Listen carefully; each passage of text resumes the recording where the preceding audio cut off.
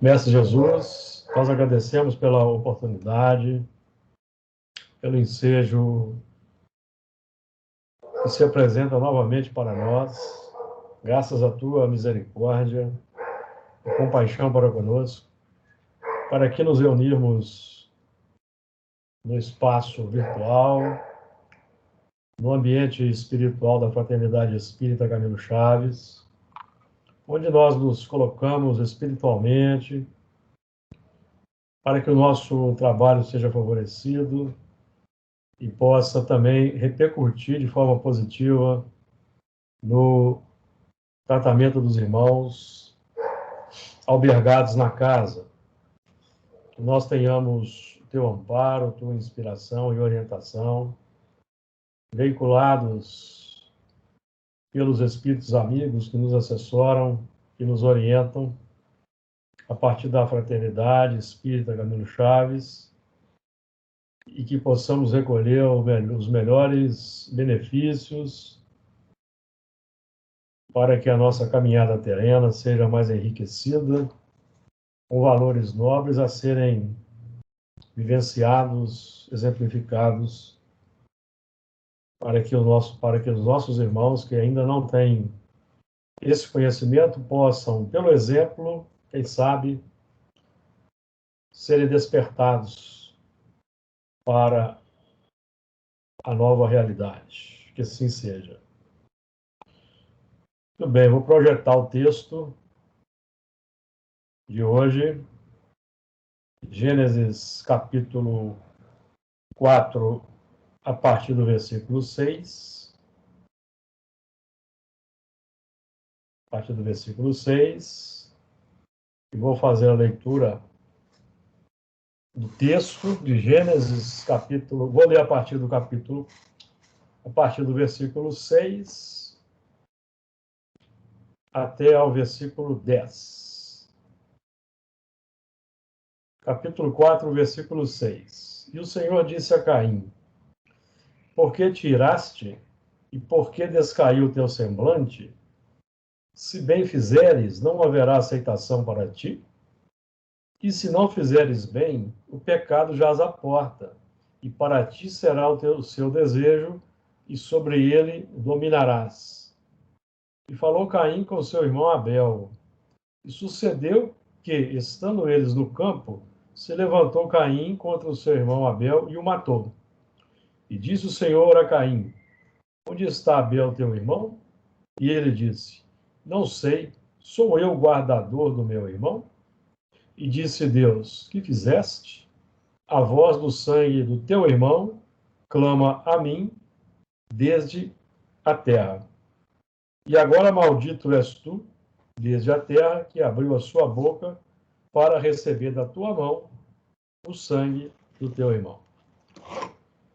Muito bem, então nós vamos aí dando continuidade aos trabalhos que iniciamos na semana passada. Já temos aí já alguns meses de tarefa nesse trabalho bendito do estudo do livro de Gênesis. O versículo 6 que nós já estudamos: e o Senhor disse a Caim: por que te iraste? Por que descaiu o teu semblante? Vamos sempre considerar que o Caim representa o nosso subconsciente, os valores arquivados automaticamente, o resultado, o substrato das vidas anteriores, a sede dos impulsos automáticos, como André Luiz conceitua no livro O Mundo Maior.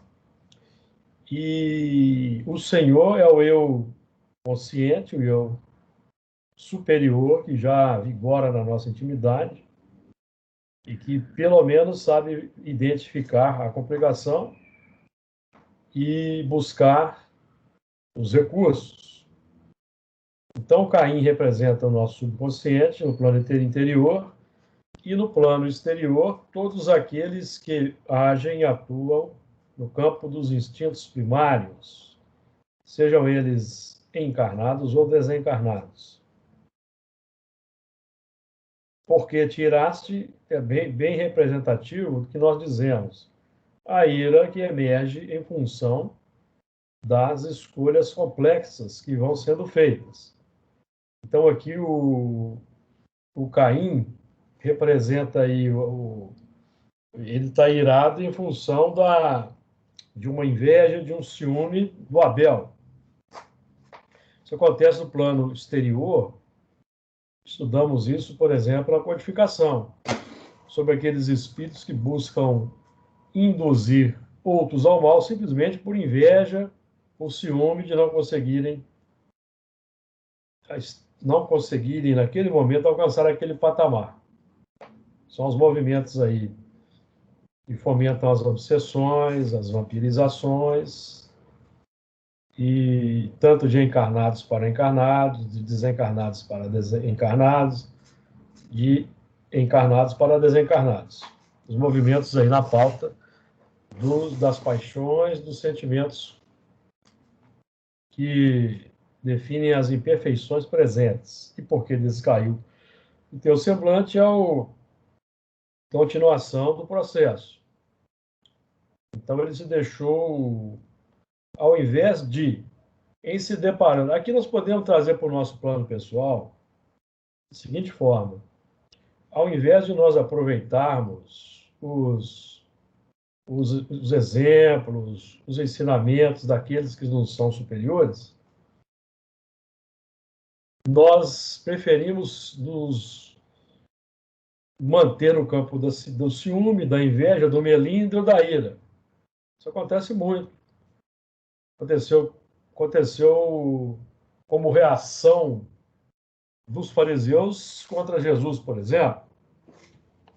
Episódio aí que nós conhecemos bem das narrativas dos apóstolos. Então, eu só queria fazer esse breve comentário desse versículo que já estudamos na semana passada, só para estabelecermos aqui uma conexão, porque nosso objetivo é o versículo 7 e o 8º, e quem sabe o 9º, mas os dois próximos, o 7º e o 8º, tem muito material para nós analisarmos. Então, no versículo 7, se bem fizeres, não haverá aceitação para ti, e se não fizeres bem, o pecado jaz à porta. Deixa eu só subir o texto aqui, deixar aqui no versículo 7. E se não fizeres bem, o pecado jaz à porta. E para ti será o seu desejo, e sobre ele dominarás. Então, se bem fizeres, não haverá aceitação para ti. Então, o Caim, do ponto de vista aqui exterior, nós sempre trabalhamos o assunto segundo duas vertentes. A vertente do plano social, encarnados e desencarnados, que é onde se reflete a vertente principal, que é o plano interior. Então, o plano interior se reflete na sociedade, repercute na sociedade, e um sobre o outro, incessantemente, influenciam. Aprendemos isso, por exemplo, quando estudamos as questões do mundo espiritual, que é o mundo normal primitivo, mas que ele, um sobre o outro, incessantemente interagem, exercem a sua influência, tanto do plano físico para o espiritual, quanto vice-versa. E aqui nós estamos trabalhando, segundo esse ponto de vista, do grupamento que se enciumou de Abel, que representa aqueles mais avançados, melindrosos.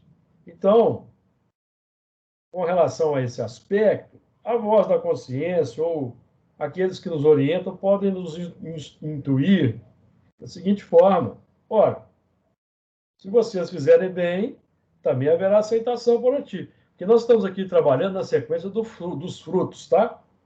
Os frutos que foram apresentados. Caim apresentou o fruto da terra e Abel apresentou, só para voltar, vou voltar aqui um pouquinho no texto, só para vocês se recordarem. Ó. Caim trouxe uma oferta do primogênito das suas ovelhas, ou seja, ele já era representando o grupo mais avançado, que pastoreava, e Caim apresentou a oferta do fruto da terra, que é os primeiros frutos na pauta do intelectualismo, por exemplo. Nós sabemos que o primeiro progresso que se desenvolve é o progresso intelectual, mas o objetivo é o desenvolvimento do progresso moral, que o intelectual fomenta pela capacidade que esse desenvolvimento intelectual nos dota de identificarmos o bem e o mal e escolhermos o bem, assim avançando na senda do progresso moral. Então, o primeiro fruto não é suficiente, ele nos coloca na condição de entender que precisamos agora praticar o amor, a bondade humana, os valores nobres. Isso na pauta daquela informação também, da questão 793, que nos define para nós que não somos ainda uma civilização completa. Nós realizamos apenas o primeiro movimento do progresso, que é o progresso intelectual. O objetivo é o progresso moral. Isso é nesse sentido. Então, os elementos que se situam na faixa dos instintos primários, das paixões, que se enciumam dos mais avançados, eles podem galgar esse patamar simplesmente se fizerem o bem para o qual já estão capacitados. Ao invés de se indisporem contra aqueles que trazem as mensagens superiores, os exemplos nobres, na pauta do ciúme, da inveja, do despeito, basta que esses espíritos se convertam e passem a praticar também o bem, o amor, que a sua oferta também terá a mesma atenção. O que significa a oferta ter a mesma atenção do ponto de vista interior? É o grau de felicidade, de paz, de harmonia, de equilíbrio que nós vamos conquistando, que vai definir a ausência de depressões, angústias, fobias, síndromes do pânico, ansiedades que vão desaparecendo da nossa economia interior à medida em que nós vamos operando nessa linha avançada superior, meus amigos. Certo? Então, nós que lidamos com fobias, depressões, angústias, estamos lidando com um laboratório diagnóstico que, de dentro para fora, comunica que algo não está bem,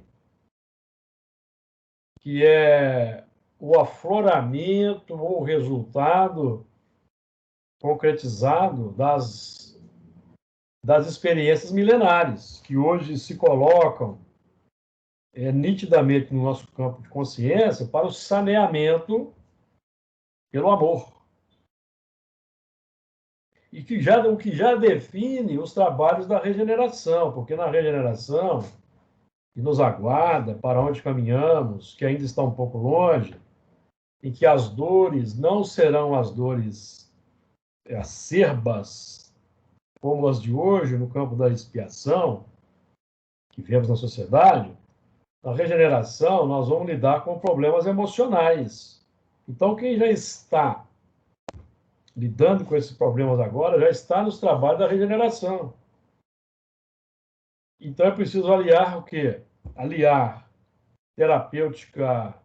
a terapêutica humana e a prática evangélica espírita. Do amor, não do amor mecânico, meus amigos, da caridade exterior, de entregar as coisas para o próximo. Não, essa caridade faz bem para o próximo.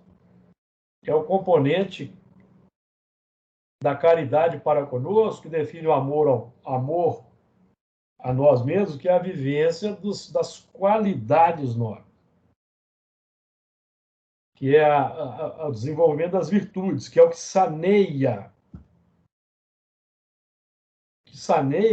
a nossa intimidade dos problemas, são as virtudes que nós vamos operando, vamos irradiando, é o que saneia a intimidade, certo?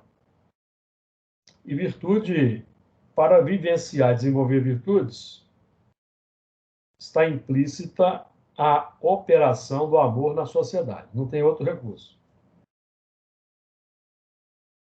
Então, a nossa do ponto de vista de evolução interior, o nosso objetivo, eu repito sempre isso, que é o que os Espíritos apontam para nós, por exemplo, no Evangelho segundo o Espiritismo,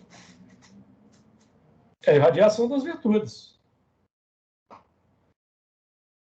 que é o saneador da intimidade.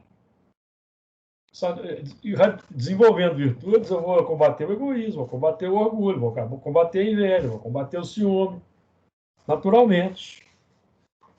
De acordo, amigos? Então, se fizeres, não haverá aceitação para ti, ou seja, autoaceitação, meus amigos, autossuperação, a partir do autodiagnóstico do que não está de acordo no campo interior, e nós vamos adotar a terapêutica humana para ajudar, e a terapêutica espírita, que é o estudo, o trabalho, a oração. O estudo, a vivência, a oração. O tripé, que vai nos ajudar no trabalho paralelo ao trabalho da medicina terapêutica humana. De acordo? Muito bem. Então, se bem fizeres e não houver aceitação, eu penso que já está bastante esgotado para nós. Eu só quero trazer duas questões do Livro dos Espíritos, para esclarecer para nós o que nós estamos dizendo na linguagem dos Espíritos. Os Espíritos nos dão a dica sobre o que nós estamos dizendo aqui, de uma forma sintética, da questão 770A, do Livro dos Espíritos, quando ele trata das expiações. Fazer a maior soma de bem do que de mal constitui a melhor expiação. Por que está associada, fazer maior soma de bem está associada a melhor expiação? Porque o nosso desejo ainda, meus amigos, é bastante egocêntrico, egoístico. Então, fazer maior soma de bem vai se contrapor ao nosso desejo egoístico em alguma situação. Aí que define a expiação, que é o sacrifício do meu desejo, que é a melhor expiação. De acordo? Para nós entendermos o mecanismo. Então, qual que é a melhor expiação? Não é a que nos pega de fora para dentro, no contrapé da vida, porque nós somos relapsos ou retardatários. Não. A melhor expiação é já ir sacrificando os desejos, na pauta do que nos é possível, para que também não percamos a alegria de viver, meus amigos, tá? Por isso que o progresso é lento, o progresso é demorado, precisamos ter paciência conosco. Mas a mesma paciência que nós vamos ter conosco, vamos principalmente ter para com o próximo. Senão essa paciência ela é superficial, não é verdadeira. E a questão 629, só para nós encerrarmos esse assunto, que diz assim, ó, que definição se pode dar da moral? A moral é a regra de bem proceder, isto é, de distinguir o bem do mal. Funda-se na observância da lei de Deus, O homem procede bem quando tudo faz pelo bem de todos, porque então cumpre a lei de Deus. Então, é a saída do plano da expiação, propriamente dita, e a entrada no plano da colaboração com Deus. Essas duas questões aí são bem interessantes nesse sentido, porque elas nos de forma bem sintética, meus amigos, apontam para nós aí qual o tipo de sofrimento que é mais agradável a Deus. A Deus interior, tá? Na pauta do quê? Da felicidade, da paz que vamos desenvolvendo. Porque não tem fiscal exterior aí nesse circuito, não. Tem fiscal exterior aí, não. É o Deus interior que vai se agradar com o resultado obtido com a prática. Certo? Deus interior. Então, nós já temos que sair desse sistema místico do Deus que atua de fora para dentro, que não acontece, sabemos disso, certo?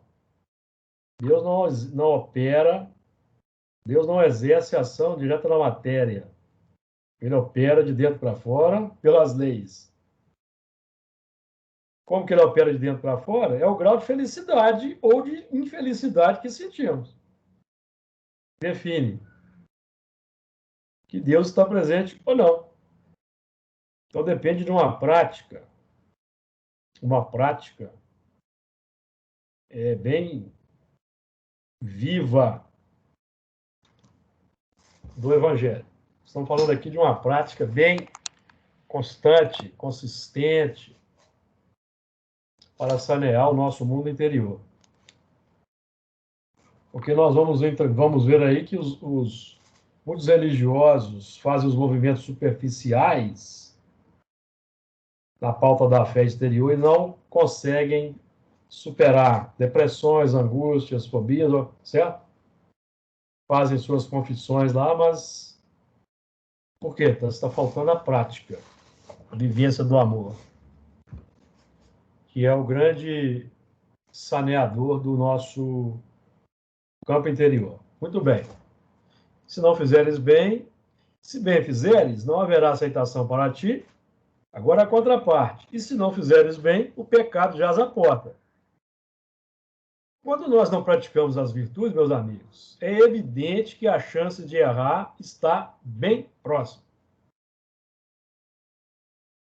Quando o empenho da nossa parte em aplicar a virtude que o momento proporciona para nós, na pauta da convivência social, a chance de errar está bem próxima. Que é o trabalho aí da identificação entre o bem e o mal no sentido mais profundo, que é a tendência que vai naturalmente se ampliando à medida que vamos estudando e operando. Nós vamos observando e vamos nos despertando para os aspectos mais sutis das nossas imperfeições, tá? Então, o pecado jaz à porta, ou seja, a chance da complicação está próxima, presente, quando nós nos descuidamos desse imperativo, amai, bendizei, fazei bem e orai, que Jesus propõe para nós de forma propositiva, proativa. Temos que entender que Caim e Abel são irmãos que vivem na mesma casa mental, ou seja, é a nossa instância interior, o passado e o futuro, que nos aguarda.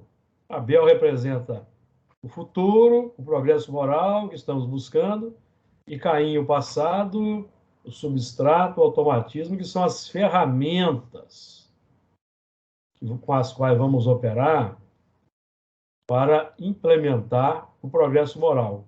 As ferramentas que são os instintos, tá?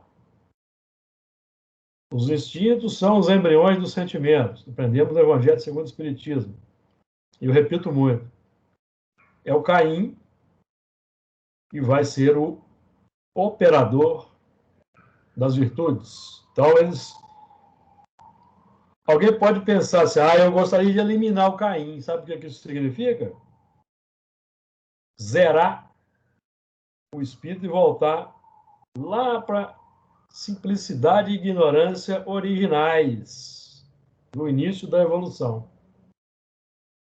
Não é possível zerar. Não é possível acabar. Nós transformamos, os instintos se tornam sentimentos. Mas a nossa memória guarda as lembranças, os substratos das existências anteriores. Então, quando Jesus faz aquele movimento de retirada para o deserto durante 40 dias, dizem os entendidos que ele fazia ali uma recapitulação do seu processo de evolução para se assenhorear dos recursos para ajudar a humanidade. Dizem os entendidos, repassando o que ele mesmo viveu lá nos bilhões de anos recuados, para poder ajudar a humanidade com segurança, certo, amigos? É uma ideia que aprendemos aí com os apontamentos do nosso irmão Honório Abreu. Então, o Caim está sempre presente conosco, tá? Então, essa questão do Caim, por exemplo, ó, irou, descaiu o semblante, da nossa intimidade, que são as paixões que vão emergindo, pelos reflexos, e ora nós conseguimos deixar o Abel atuar com mais ênfase, define as oscilações da nossa consciência no dia a dia. Ou nós não temos oscilações psíquicas no dia a dia? Não temos? Natural, evidentemente.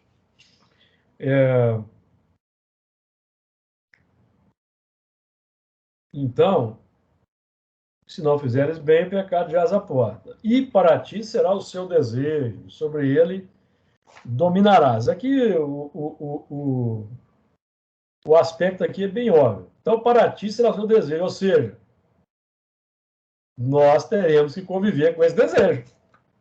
Não dominado. Não saneado, certo? Vamos ter que conviver com ele. Se nós formos retardatários no processo de trabalhar esse domínio, poderemos ter que lidar com esse desejo na pauta das expiações, conforme a questão 262A. Deus não apressa a expiação, ele sabe esperar, mas pode impor certa resistência ao espírito retardatário. Então, se nós permanecemos retardatários, demorando muito a lidar com uns desejos complexos, a expiação poderá ser acionada para o nosso próprio benefício. É nesse sentido. Para ti será o seu desejo. Então, na forma de uma expiação complexa ou na forma das síndromes com as quais nós vivemos hoje aí no mundo. Já temos aqui referenciado as fobias, as depressões, as angústias, que representam o resultado do desejo operado de forma inadequada no passado. E que hoje se apresenta como aquele grau com aquele desconforto interior para sanearmos as causas, tá? E mesmo nesse processo, sobre ele dominarás. Então, nós teremos que exercer um domínio. Quando nós não conseguimos o domínio pleno, aí nós temos a medicina para nos ajudar. na pauta da misericórdia. Temos aí a psiquiatria, temos a psicologia, tem aí os recursos para favorecer o enfrentamento dessas síndromes psíquicas, tá? E que estão à nossa disposição, que nós devemos buscar, sem sombra de dúvida. Então, esse desejo que representa aí o que emerge da terra para ser saneado, e pela presença do Abel, que nós aqui já adotamos, por exemplo, que define a presença do Abel na nossa mente? A doutrina espírita, o Evangelho, a codificação, as obras espíritas representam o Abel na nossa intimidade, certo? Representam o Abel. Então, nós estamos buscando desenvolver o Abel interior, que é o Cristo. Que é o Cristo. Então, nós abrimos o coração para os ensinamentos, para a doutrina, para o Evangelho, estamos buscando a sua incorporação, que representa a interiorização, para que o Abel, o Cristo, cresça na intimidade. Porque é o Cristo que cresce que vai sanear a nossa intimidade. O Cristo que cresce, meus amigos, é o conjunto das virtudes, acrescido da consciência da imortalidade, da reencarnação e da busca da oração como forma de terapêutica auxiliar para o fortalecimento interior e saneamento. Então, nós temos a capacidade de dominar esses recursos que representam aí os peixes, os animais, tudo da nossa intimidade, mas que ainda exerce um certo domínio a tal ponto que as síndromes se apresentam na nossa intimidade. Eu fiz aqui uma anotação. Isso é importante, tá? Por quê? O Caim e Abel, nós aprendemos na questão 2467 do Livro dos Espíritos, por exemplo, que o pensamento atrai e o desejo chama. Olha que interessante. Se o pensamento atrai, o desejo chama. Então, quando nós exteriorizamos um desejo, esse desejo está chamando uma pauta de mentalidades para a nossa convivência. De acordo? Estamos aqui falando dos desejos complexos, tá, amigos? Os desejos desenfreados, na pauta das viciações. Ok? Aqueles desejos intramuros no lar, na pauta do relacionamento dos casais que já estão buscando mergulhar o psiquismo do Evangelho, esse desejo é nobre. Esse desejo não é complicação, não, tá? Estamos falando aqui dos desejos abusivos, viciosos, desencontrados, que vão atrair, porque eles chamam. E para ti será o seu desejo, sobre ele dominarás. A questão do domínio do desejo, meus amigos, ela é gradativa. E não se consegue a curto ou médio prazo uma quebra desse desejo. É o trabalho de redirecionar. O desejo é lento, demorado, e nenhum de nós se entristeça por causa disso, não, viu? Porque está na pauta da lei. A pauta da lei. E hoje nós estamos buscando trabalhar com esse desejo em outra conotação, que é o de nos afirmarmos no sentido positivo, sermos úteis à vida, trabalharmos, amar no sentido mais amplo. Mas, por enquanto, o nosso desejo ainda é de pegar aquele cargo, ter uma família sem problemas, um chefe que não nos aborreça, um funcionário que corresponda às expectativas. Ou seja, O nosso desejo ainda está muito balizado pelo interesse pessoal crasso. Não nos entristeçamos, não, porque é a nossa realidade. Nós vamos mudando vagarosamente, viu? Vagarosamente. O desejo, meus amigos, o desejo é importante, porque sem ele não tem progresso. A força para progredir, que todos nós trazemos de forma inata, ela emerge pelo desejo. Ela é a locomotiva que puxa. Agora, o problema é que se nós não dominarmos o desejo, não melhorarmos a nossa mentalidade, a nossa ideologia, a filosofia, o desejo vai nos levar para direções complexas. E nós vamos progredir nessa direção. Então a serpente cresce e se torna dragão. Se o desejo é complexo, da falta dos movimentos rasteiros, e nós investimos atendendo plenamente, a serpente cresce e se torna dragão. Se o nosso desejo já está na pauta do Abel, das virtudes, domínio das inclinações más, o Abel cresce e se torna Cristo.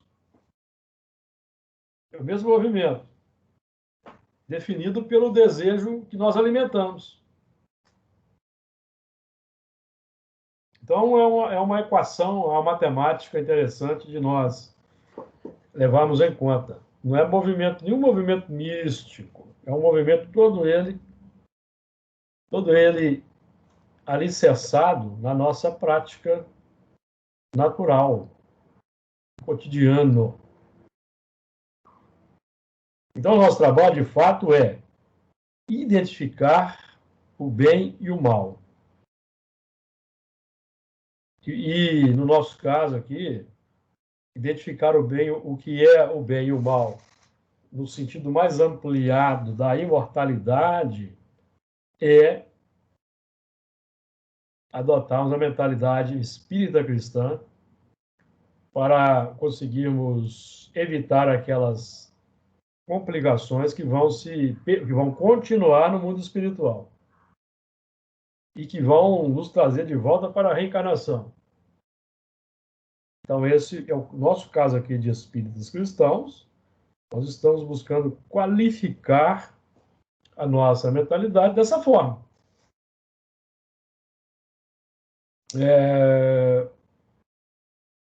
Então, o desejo é a força que impulsiona de dentro para fora numa dada direção. Certo, amigos? Então,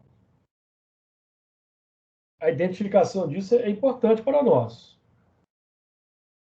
Nenhum desejo que nós sentimos é complexo.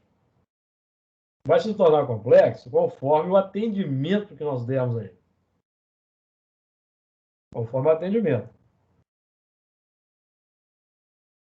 Por exemplo, o desejo sexual é um desejo nobre, é uma força divina que trazemos em nós. Atender ao desejo segundo certas diretrizes vão nos levar para complicações e sofrimento. Segundo outras, as diretrizes nobres vão nos libertar dos dramas. E esse é um movimento caracteristicamente individual de cada um de nós na pauta da sua consciência. Não cabe um policiamento de quem quer que seja, ou um patrulhamento de quem quer que seja, nessa instância sagrada dos seres. A não ser que o elemento tenha realmente grandes dificuldades nessa área, aí ele vai buscar os terapeutas capacitados para ajudarem nessa área, certo? Do ponto de vista religioso, meus amigos, não nos cabe querer pautar esse departamento individual de ninguém, tá? A doutrina espírita não exerce esse tipo de patrulha. E se alguém exerce por aí, fujam. Fujam.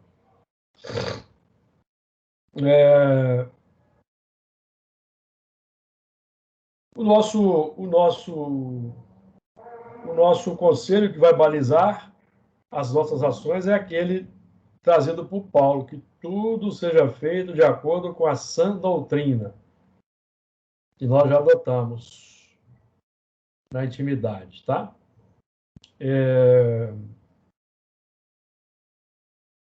Nós hoje estamos aprendendo a direcionar o desejo para outras áreas. Por exemplo, nós estamos desenvolvendo o desejo por estudar, o desejo por nos reunirmos para a prática mediúnica, por exemplo, para os estudos em grupo, para uma convivência fraterna. É um novo tipo de desejo sendo desenvolvido, que vai, à medida que nós vamos avançando nesse terreno, esse desejo vai crescendo e vai deixando os outros na pauta da necessidade básica. Ou não é o que acontece? Então, nós saímos do exacerbamento do desejo natural e vamos adotar o desejo na pauta do equilíbrio, de acordo com a necessidade.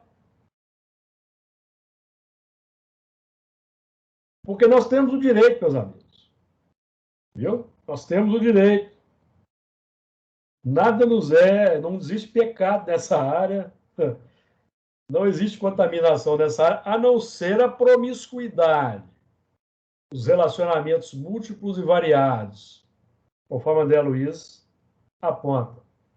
Aí sim tem complicação, porque define ainda a prevalência psíquica da poligamia, da intimidade. São aquelas buscas complexas na pauta da variedade. Define que nós ainda na intimidade não superamos a poligamia ancestral, tá?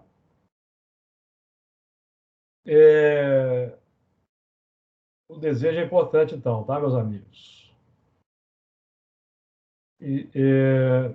Os desejos biológicos na pauta da necessidade justa nos dão alegria, bem-estar e paz.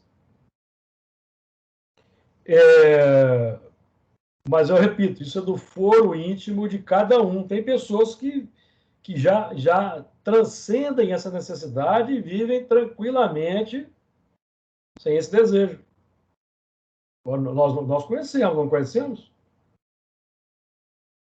Elas não estão aí em sofrimento, não estão angustiadas, não estão em depressão. Elas já descobriram outros prazeres que já completam e satisfazem. Então, vamos respeitar nessa pauta, vamos respeitar as individualidades, as escolhas, porque isso é do foro íntimo. Meus amigos, certa feita, um elemento homossexual procurou o Chico e pediu-lhe um conselho, né?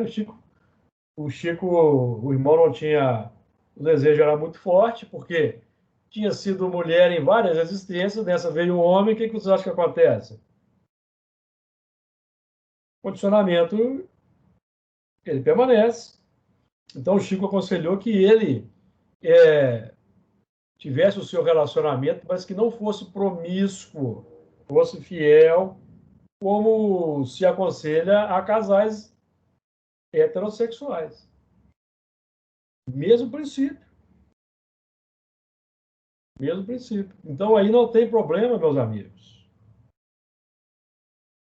Tá? Como certas correntes religiosas querem trazer aí para a comunidade. Aí se estabelece as cruzadas, ante isso, ante aquilo, porque nós não compreendemos esse fenômeno da alma. E é natural. Então, nós aprendemos, por exemplo, que, de um modo geral, os espíritos vão alternando o corpo físico, de um modo geral. reencarna como mulher, na outra como homem, passa duas, volta para mulher, passa duas, volta para homem. Então, esses espíritos conseguem administrar tranquilamente essa bipolaridade. Agora, tem outros grupos que já passam aí 20, 30 existências no corpo masculino ou no corpo feminino. E havendo a necessidade de trocar, a tendência vai ser a antiga. A tendência é antiga. Então, saibamos aí entender e respeitar, tá? Porque somos espíritos imortais e aqueles que condenam e julgam poderão se ver na mesma contingência para entender o que é sofrer na pele essa situação e aprender a amar o próximo. Muito bem. E para ti será o seu desejo, e sobre ele dominarás. Então, nós aí trazendo agora para o plano sociológico da transição de mundo que estamos vivenciando, de provas de expiação para a regeneração, sobre o que nós temos falado aí de forma sistemática. Nós estamos exatamente no período da transição do sexto milênio para o sétimo milênio, do sexto ciclo para o sétimo ciclo, na escala setenária da evolução. O 6, como define o plano dos componentes internos mutáveis. Plano dos componentes, esqueci meu telefone aqui no tocou aqui, esses telemarketing aí que liga para a gente. O 6 como sendo o plano dos componentes internos mutáveis. Quais são eles? Paixões, os instintos, que precisam se tornar virtudes e que nós estamos visualizando agora na transição e lidando com as suas consequências, na pauta aí das depressões, das angústias, das fobias, das ansiedades, das angústias, etc. Tá? Representa aí esse campo emerso, esse plano que está sendo identificado por nós para ser saneado. E o 7 dos valores eternos. Então, o 7 simboliza as virtudes em expansão, que são os elementos saneadores, que propõem o descanso. Alguém que sinta depressão, meus amigos, está em estado de descanso? Alguém que sinta síndrome de ansiedade está em estado de descanso? Fobia está em estado de descanso? Não está. Aquele que está abrasado pelas paixões desenfreadas está em estado de descanso? Aquele que é insaciável não está. Ele sempre precisa de recursos. Então, a virtude significa o saneamento. O saneamento, a ausência da dificuldade, que define o descanso, o elemento. Quando o espírito se torna puro, que ele desenvolve toda aquela gama de virtudes possível para que nós desenvolvamos, ele já saneou todo o seu componente complexo do passado e está sereno, calmo, pronto para adquirir novos conhecimentos. Perceberam? Ao passo que nós que ainda trazemos as dificuldades, e isso se reflete, por exemplo, naqueles que são bipolares. O elemento está bem num certo momento, daqui a pouco ele cai. E define o trabalho ainda incompleto na intimidade. Certo? Que colocam e trazem os desafios para a superação. Então, esses são os componentes que vão indicar para nós que nós precisamos resolver certos problemas, porque a regeneração é transição para o mundo ditoso. Então, na regeneração, nós não vamos lidar com dores acerbas como as que temos hoje na Terra, dores que são expiatórias. Nós vamos lidar com os dramas emocionais individuais, certo? Para aquele saneamento final, para a entrada no mundo de todos. Eu estou falando aqui alguma aberração? Não. Aqui eu vou me lembrar de Santo Agostinho. Santo Agostinho define que nos mundos regeneradores, a alma penitente encontra o repouso e acaba por se depurar. O repouso, nesse sentido, para os penitentes, é a ausência dessa violência de fora, meus amigos. Dessa corrupção de fora. Então, o elemento não vai ter, vindo da sociedade, essas complicações que vão tirar a nossa alegria de viver, não. Isso vai estar saneado no mundo. Então, nós vamos lidar com o componente emocional complexo que ainda trazemos para o saneamento final. Ó, nós vamos encontrar uma sociedade em que predomina a equidade social, está lá no Santo Agostinho. Então, nós não vamos ter miséria, fome, desemprego, angústia por ganhar o pão de cada dia, não. O elemento não vai ter esses dramas, essa dificuldade. Então, o foco vai ser o plano emocional para o saneamento final. Purificação final. Deu uma ideia do que é regeneração?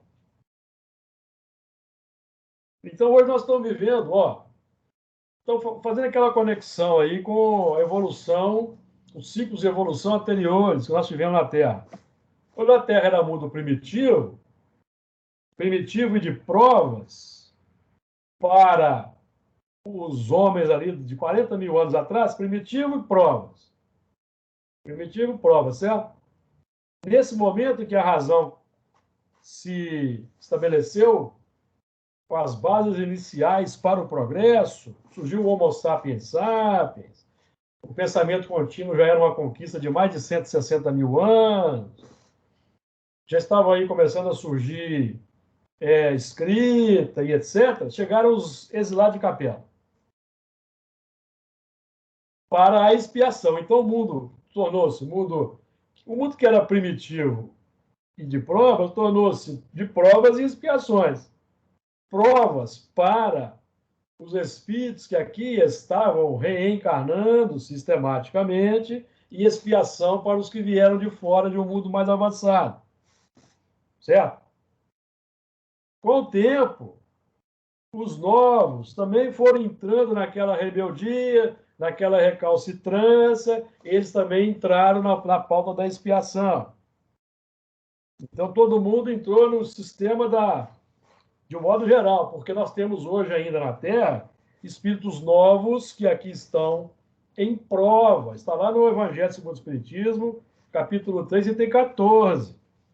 E são esses extremamente violentos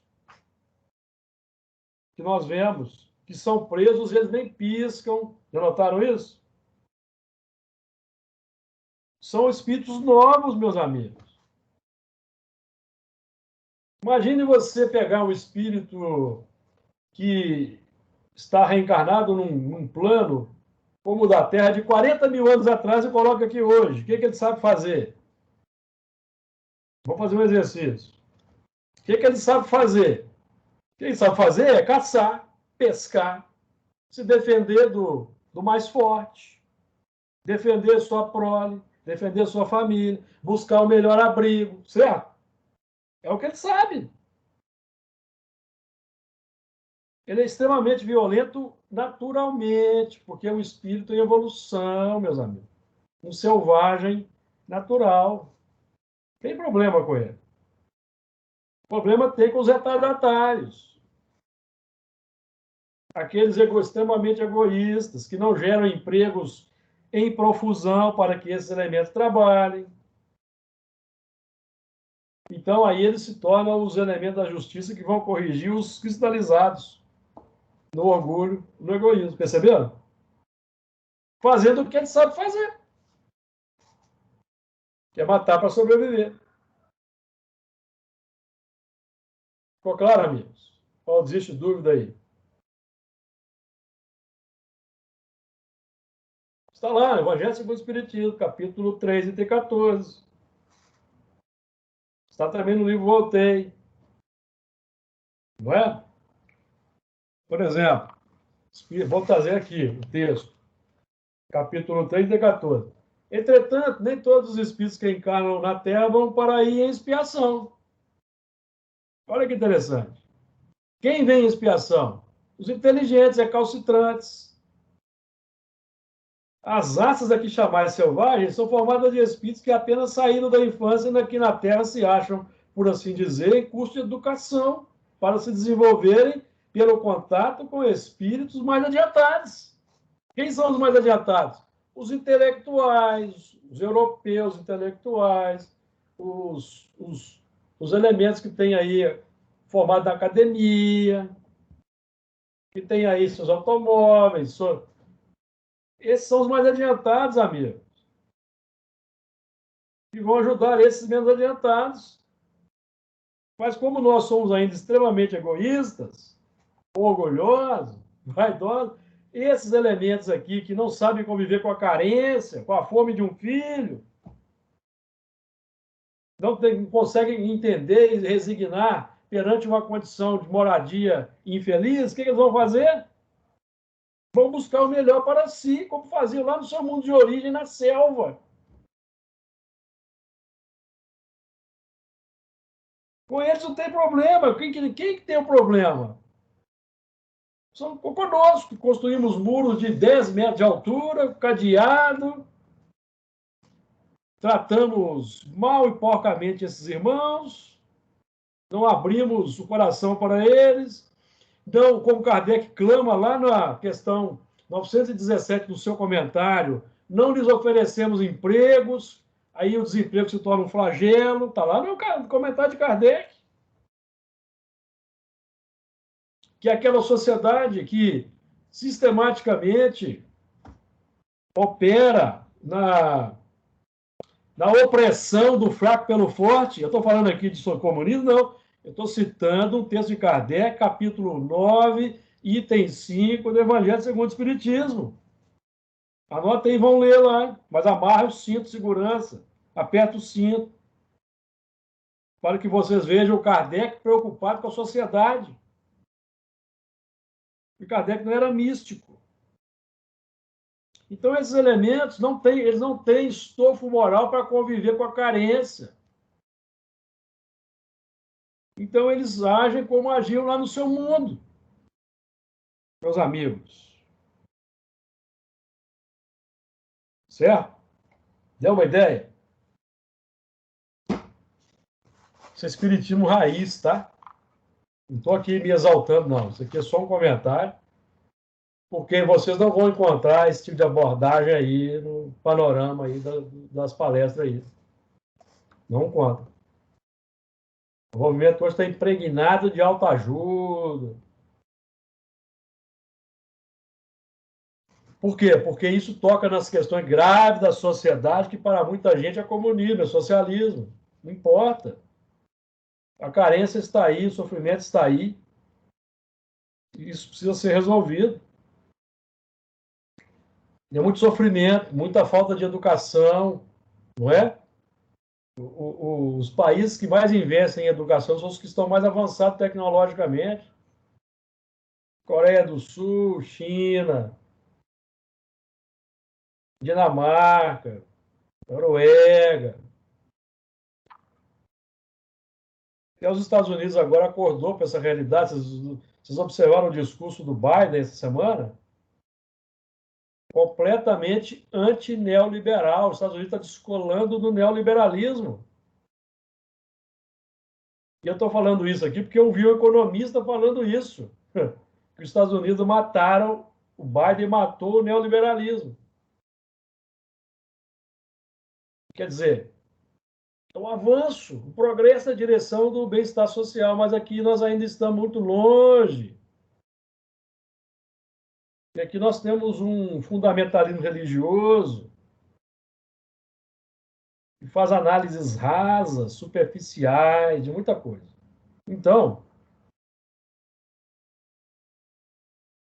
o Espiritismo, meus amigos, apesar de muita gente não achar o contrário, não é uma doutrina mística. Allan Kardec, Allan Kardec lutava pela interiorização da religiosidade natural, na pauta do exemplo de Jesus, que estava inserido na sociedade e buscava ajudar o sofredor. Nossa sociedade ainda é, aqui, ó, capítulo 9, item 5 do Evangelho segundo o Espiritismo, na nossa sociedade ainda predomina a força. Para fechar o assunto, nós estamos trabalhando aqui, meu amigo, transição de mundo de expiação e prova para a regeneração. Então, o texto aqui é oportuno, porque Santo Agostinho define que